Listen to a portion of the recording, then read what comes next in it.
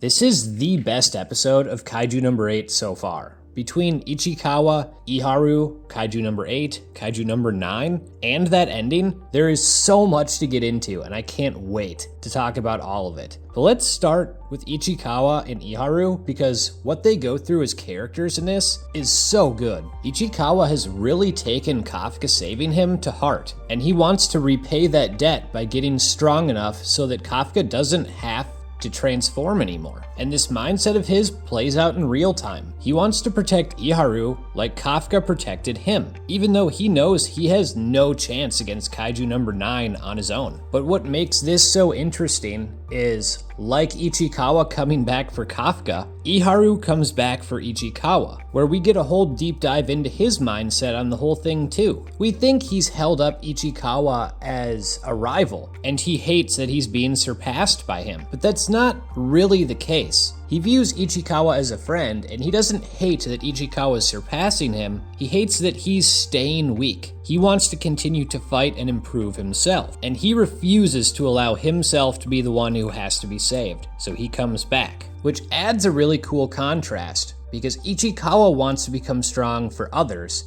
and Iharu wants to become strong for himself, but he's inspired by others. And this actually plays out in some of their speeches here in this episode, where when Kaiju number 9 is kind of on the ropes, Ichikawa's like, "Please, God, give me the strength to take him out." But when Ichikawa is bleeding out and Iharu is wishing for someone to save them, he doesn't care if it's a god, a demon, or the devil himself. He just wants someone to save his friend. He doesn't care who. He's not specifically praying to God, which is kind of what separates them in their mindsets. And also, he gets exactly what he asked for. A demon arrives to help. Kaiju number 8. It's such a sweet moment and perfectly written. And while we as an audience are obviously hyped to see Kafka save the day, we see that Ichikawa's actually broken up about it because he feels like he failed, that he was too weak and Kafka had to transform to save him. And in a sad way, he's right, because this directly leads to Kafka being in danger later in this episode. But before we talk about that, I've got to talk about Kaiju number 9. One of the things that makes Kaiju number 9 so compelling to watch is it truly does feel alien. The emotional range really isn't there. The way it speaks is as if it's always trying to learn something, like it doesn't understand how humans work, and it's constantly probing for information and adapting and learning. And it just comes off so unhuman-like and so alien that it makes it pretty terrifying. I mean, it gets its head knocked off, and all it's doing is, wait, why can I see my body? Oh, there's my head, which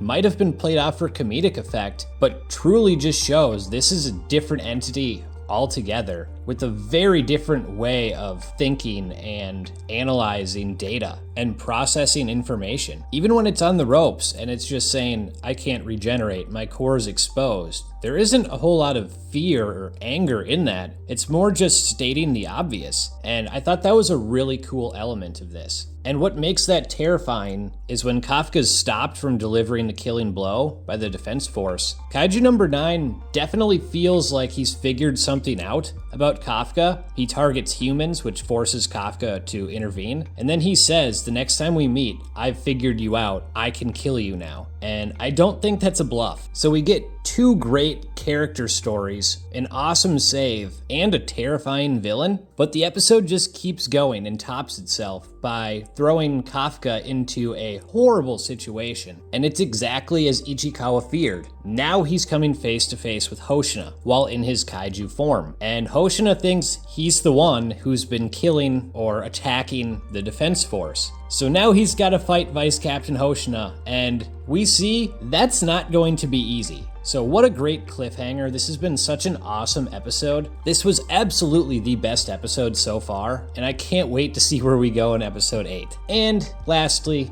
here are some shout outs for the people who left some comments last week.